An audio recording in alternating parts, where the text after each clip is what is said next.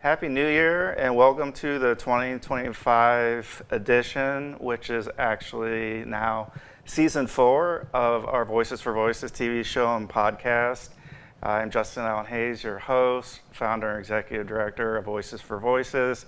Thank you for all the support you've given us over the years. We couldn't do this without you.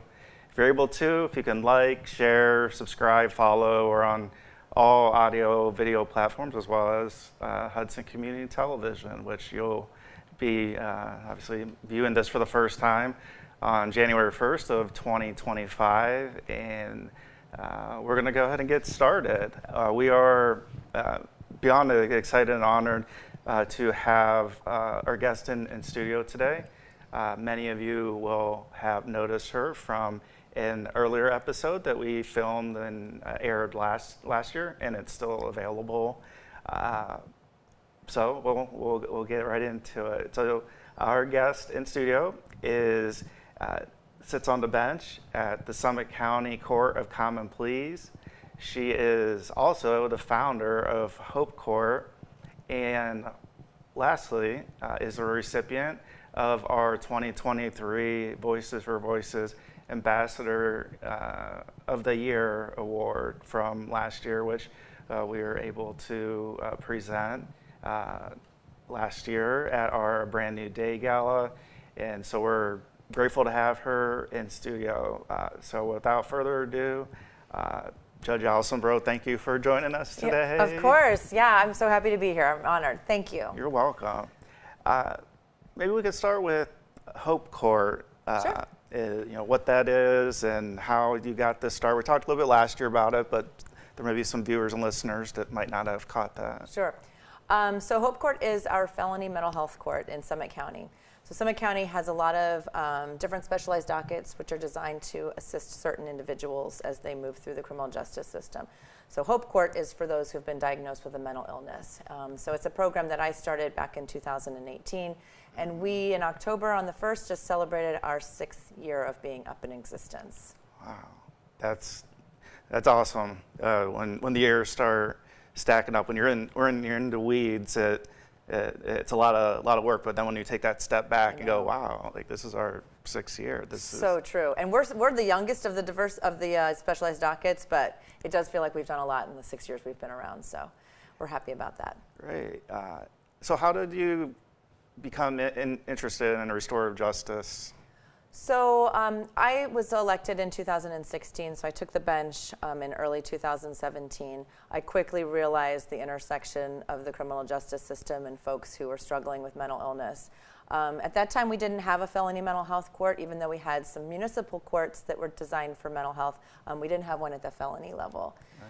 So I kind of took that year as to just kind of study the process and see if I could maybe put some things together within my own court that I might mirror if I did start a new court. And in that meantime, I also was meeting with other stakeholders and partners and departments and organizations that help individuals who are diagnosed with mental illness.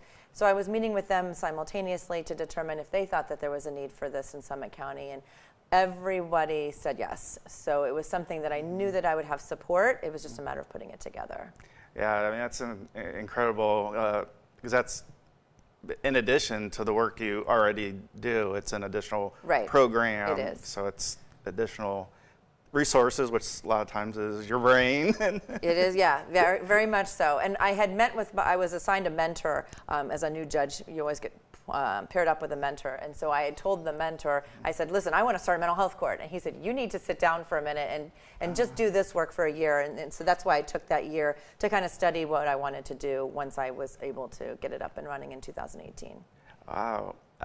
How do those individuals that are able to, I guess, qualify for Hope Court, how do they find out about Hope Court? Is it just through the process of when the case goes through the system? Yeah, so it's partly that. We have a lot of points of interception when a person gets arraigned or gets indicted or even arrested. So family members can refer individuals, and then referrals can also be made through attorneys. So it could be a defense attorney that's representing somebody. It could be our pretrial services department. They are the individual that meet with people once they have been arrested, and they're determining like what kind of a bond do they need, if they need additional programming, et cetera. So sometimes things are flagged at that time. And then it could be a referring judge. So there's a bunch of different places where referrals can be made. Okay. I'm going to jump a little bit ahead. I think it's a good spot. When people hear about the law and what the laws are, and they hear that term or that statement, where can an individual, just like an average person, learn about the law if they don't want to go for their Juris Doctorate, or they're just curious? Well, the internet's a great thing. So, it's a blessing and a curse. So there's a lot of information out there. You just have to double check that you're getting accurate information. So our statutes are written and they're contained in the Ohio Revised Code. So as long as you're getting the actual statute, then you're getting the straightforward law, although it's not always terribly easy to read. It is written in legalese. So as long as you're getting accurate information, you can utilize the web. Right. For those individuals that may be thinking about going into criminal justice, can you give, we did talk a little bit about this last year as well, some of the key things as you went through kind of your education, and then as you got started as an attorney and then a judge, a lot of reading and those types of things. Definitely. So obviously, graduate from high school, go to undergrad. You can really, you can major in almost anything and go into law school. Okay. So pre-law, a lot of people think that's the track, but you can do a million different things. I was an English major, and I went into law school afterwards. So 3 years of law school, typically, unless you go at night. If that's for folks who usually work full-time during the day and want to be night students. So it's a 3 or 4 year program, and then after that, you go and you determine what kind of law you want to go into. I actually did civil law when I first became a lawyer in 2001. Did that for several years, and then I went and started doing criminal defense work. So it's just a matter, when you're in law school, you have so much exposure to different kinds of law. There's things that are on the bar exam that you have to take because you want to prepare yourself to take the bar. And then there's a lot of electives. It's similar, it's very much like college. And then you can kind of in those courses determine what interests you, what you like. And then, when you start your practice, it just depends. I started in civil law, thought that's what I wanted to do, but I determined that I didn't. So there's so many opportunities, and you don't even have to practice law. There are a million different jobs that you can get with a law degree. So I think it's great foundation for any sort of career.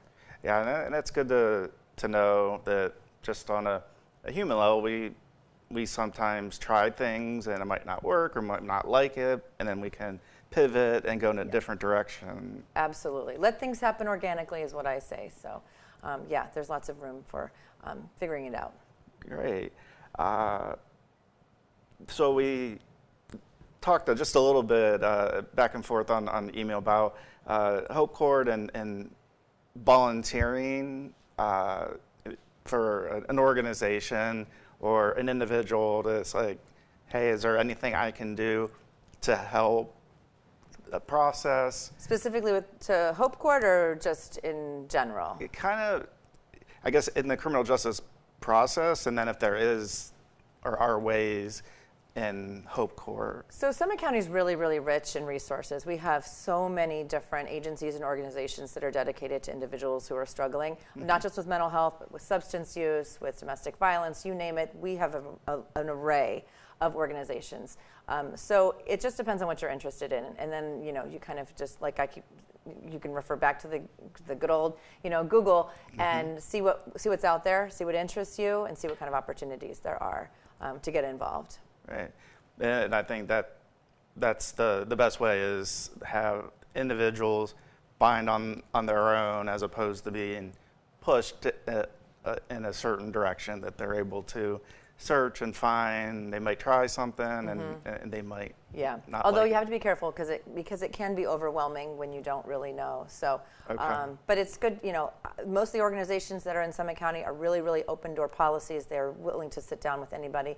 So if you're interested, then I would just pick up the phone, make some phone calls, maybe visit the place, things like that. But there's lots of opportunity to volunteer.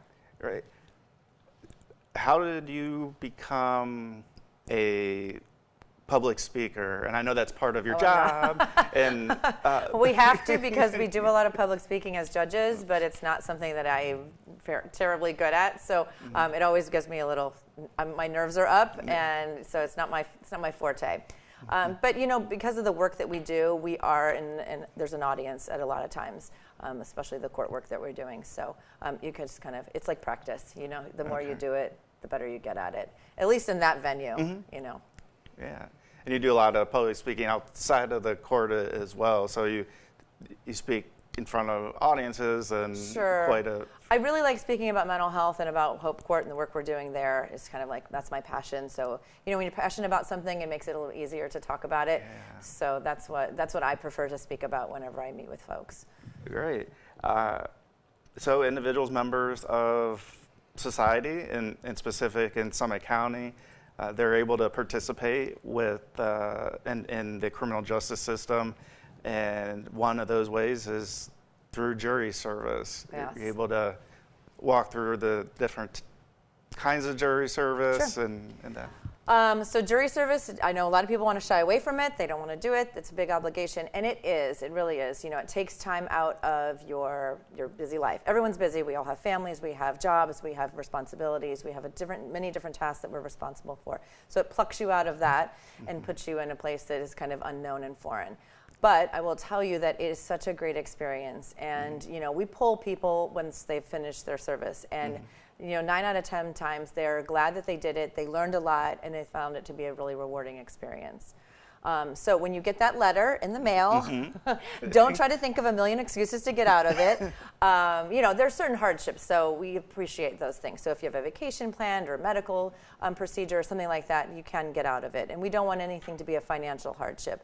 But we do want people to kind of go in open-minded because, that's the best way to serve your community is to vote and to also be a part of what's going on in our justice system. So I encourage people to take advantage of that when they are given the opportunity. And then you just describe at a high level difference between kind of the petit jury versus the grand jury. Yeah, so courts. So most of the cases start at the grand jury level. So once a person is arrested, then their case will go to the grand jury, and the grand jury is made up of civilians, people who vote, and are chosen after an interview process. And they're the ones who determine whether or not the case should go forward. So is there enough evidence for the case to go forward? It's not beyond a reasonable doubt at that point. The burden is much lower.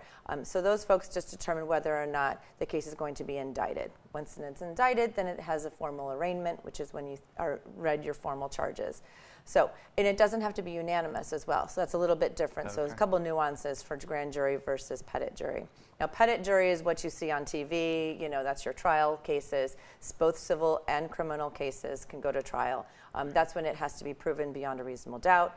The burden has to be met by either the state in a criminal case or by the plaintiff in a civil case. And if that happens, then they get to render a verdict. And then as far as trials some can be short, some can be long, and then with the grand jury, you're sitting for a period of time. Yeah. So our grand jurors sit for 2 months. So it's a big obligation, but they sit for 2 months, and in that time, they're hearing 700 to 800 cases in that time frame. So it's pretty quick. You often only hear from maybe 1 or 2 witnesses that are presented by the state, and then then the grand jury sits and they vote. And if there's enough votes to indict the person, then it gets indicted, and then it moves forward in the process. Otherwise, it would be no billed, and there would be no charges. Okay, and that's more of like a secretive process. There's a lot. It's kind of happening out of the public eye. Yes. Great. Yeah, and then with the petit jury, those, like you said, could last a really long time just for one specific trial. So we have trials that almost last just a day, and then you can have trials that last weeks and sometimes months. That's pretty rare, but they can last up to several weeks. Yeah. So individuals who, for one reason or another, find themselves incarcerated, given the penalties of what they've done, how the jury comes back, if it's a judge trial, a bench trial versus having the jurors, and individuals, once they go through that process, if they're able to, obviously there's certain crimes and where their individuals won't be returning to society or as returning citizens. For more severe things, yes, for sure. Yeah. So individuals that kind of put their time in and are able to, they've met all the criteria, and they're released kind of back into society. I know there's a lot of ways that organizations can reach out and help individuals, like, okay, where am I going to stay? Where am I going to find my next meal? Sure. And those types of things. And I know you can't speak specifically, but just on a broad scale, how important do you think those types of services are when an individual does reach that point where they become? I think it really depends on the individual. So, some folks end up having to serve a consequence and be held accountable for something, but they might have a really good support system outside of that. So those folks might reintegrate okay. But for a lot of folks who are sentenced to prison, whether they're getting released early on a judicial release, which is like a request to be released prior to the end of your sentence, or if you've served your full sentence, that reentry piece is really, really crucial, because no matter how long you've been incarcerated, it takes a toll on an individual. So I think getting them into services, it doesn't always have to be a halfway house or something like that, a residential program, but even just having those reentry services, dealing with some of the things that maybe were the reason that the person was incarcerated in the first place, because they weren't dealing with certain aspects of their life. So it could be substance use, could be mental health, could be a lot of different things. So it's great. That's a great fresh start for folks to get the help that they need. Right. And you also serve, I still believe, on the NAMI board of directors. I'm on the NAMI board, and it's great work. NAMI does really, really great work, not just for folks with mental illness diagnoses, but also for their families. Can you talk to us a little bit about the family piece of how that's important when an individual is diagnosed, that it's not just affecting that individual? Yeah, mental health is really a family disease.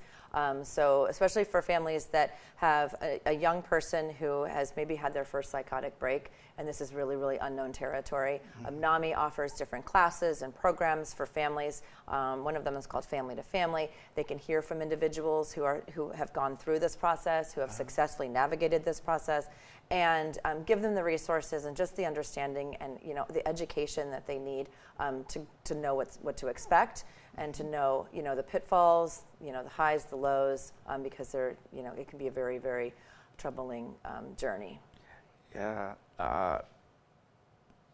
Trying to think, we've kind of gotten through a lot of the information that I wanted to chat about. Are there any other areas that you want to touch on, or just put out there for informational purposes? Well, we can always talk a little bit more about Hope Court, the successes that we've had in Hope Court. Yeah. So it's a 2-year program, give or take.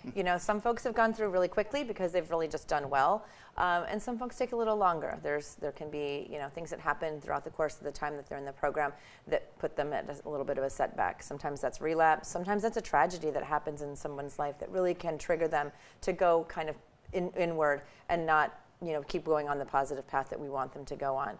So, but it usually takes about 2 years. And so since we've been up and running, we've really only been able to have about 3-4 years of successes, right? Yeah. But our success rate's really great right now. Our recidivism is really, really great right now. So we're really reaching some folks who have really struggled with their mental health and have also been in and out of prison, been in and out of hospitals, jails, et cetera, as they have been unsuccessfully navigating their mental health. And now they have something different. So we're really proud of that work. And on October 1st, we had our 6th-year anniversary. In the fall, we always do an anniversary party, and we invite all our participants. We invite their friends and family to come. We serve food.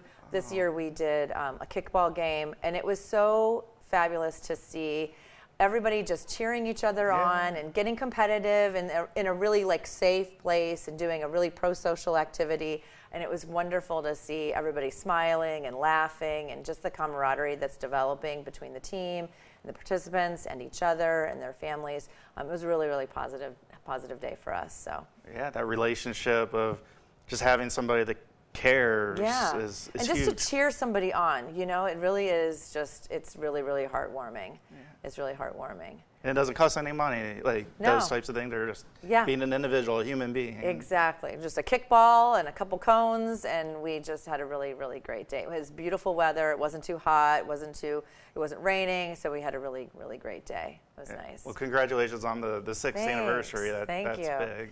Yeah, we're really proud of it. Yeah. I think the last area I want to touch on, being the mental health. You know, we all have mental health, just varying degrees. Some of us have been diagnosed, some not, what have you. But as a judge, you're seeing different types of cases coming through your docket.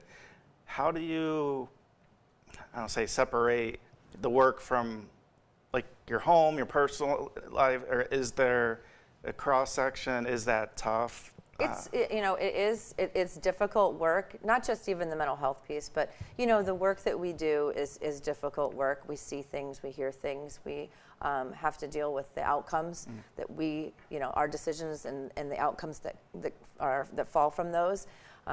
Always being scrutinized for the decisions that we make, because inevitably somebody is going to be disappointed with what we do and how we decide things. So, being able to compartmentalize things is really important, but you do have to keep your eye on, you know, compassion fatigue and secondary trauma and things of that nature. So, you know, we do, you know, in our judicial conferences and even just speaking with our fellow colleagues, you know, it's something that we do try to keep an eye on. And, you know, sometimes just talking about it with somebody else who can share that experience is really, really helpful. Yeah, and I found that personally helpful, that speaking with somebody about just kind of what's going on, it's a way to almost kind of journalize what's happening and kind of gets it out of the mind. It's like mini group therapy sometimes, you know, just being able to kind of share and then hear somebody else's experience and know, well, I'm not really alone, and how do you deal with this and how do you manage that? So yeah, it is really helpful. And then I just had another thought. The criminal justice process, you being a judge and let's say in a criminal proceeding, there's, you know, the prosecutor and defense attorney. How important are kind of having those elements involved in a trial, as far as make sure the defendant, whether people like them or not, that they're getting representation, and the prosecutor is also being held to a standard as well? Yeah. We're really lucky. We deal with really, really great attorneys on both sides. In Summit County, most of our criminal defendants are represented by private attorneys. Okay. And then, you know, anybody could retain somebody if they want. But we appoint We appoint private attorneys to represent individuals who are charged with felony crimes in Summit County. So, you know, we are always kind of the gatekeepers to make sure that everybody is zealously representing their clients. On the state, it's going to be the victim, and it's going to be the community, and then obviously for the defense, it's going to be that individual. So, you know, but we don't typically have issues with representation not rising to the proper level.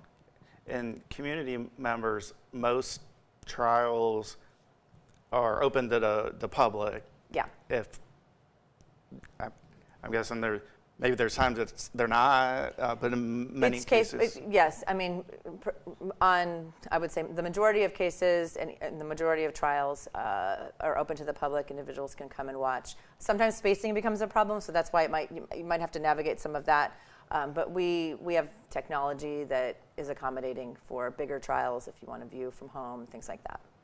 And how did the transition from pre-COVID to after COVID technology-wise, maybe some proceedings happen virtually versus in person? So it was a work in progress. We did implement, we received a grant and we implemented a lot of high-tech technology into our courtrooms, audio, video, et cetera.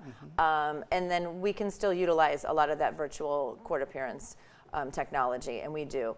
Especially for individuals who are incarcerated, it's wonderful, because if somebody is being housed in another jail, or even is maybe serving a prison sentence, or even in a federal prison, we're able to conduct those hearings without having to postpone everything to make sure that they come over. So it's been really great to be able to do virtual hearings for certain cases. And I said lastly, I think three times, the security of just everybody in the court system, that not only want to keep the defendant safe and all the security measures that come by with that, as well as judges and the attorneys. How important is that, just to be able to continue justice? Yeah, I mean, courtrooms need to be safe spaces for everybody involved. So we work with the Summit County Sheriff's Office. They're the ones who provide security to our courtrooms. So everybody is assigned to a specific deputy, but if we need additional security, for instance, if something's a really contentious hearing, you can always ask for additional security. And obviously everybody who comes in the court building has to go through the metal detector. So, but security is really, really important, because, emotions are running high when you're in court. It's not everybody's best day. In most cases, it's everyone's worst day. So when people are emotionally charged, they can act out, things can happen. So we just have to be really, really careful and make sure that our courtrooms are safe. Yeah, great. Well, our time has come and kind of gone. Thank you very much for coming in the studio and sharing. I continue to learn more about the criminal justice process, and especially here in Summit County on the local level as well. Thank you. Yeah. It's a pleasure to be back. Thank you. All right. Great. Thank you so much, Justin. It's great to see you. Great to see you. And thank you, our viewers, our listeners, or if you're checking out our transcript, for joining us. Thank you for the support. Again, we're now in season 4. Check out any number of our 150 episodes at this point. And again, happy New Year. And until next time, I am your host, Justin Allen Hayes, founder and executive director of Voices for Voices. And please be a voice for you or somebody in need.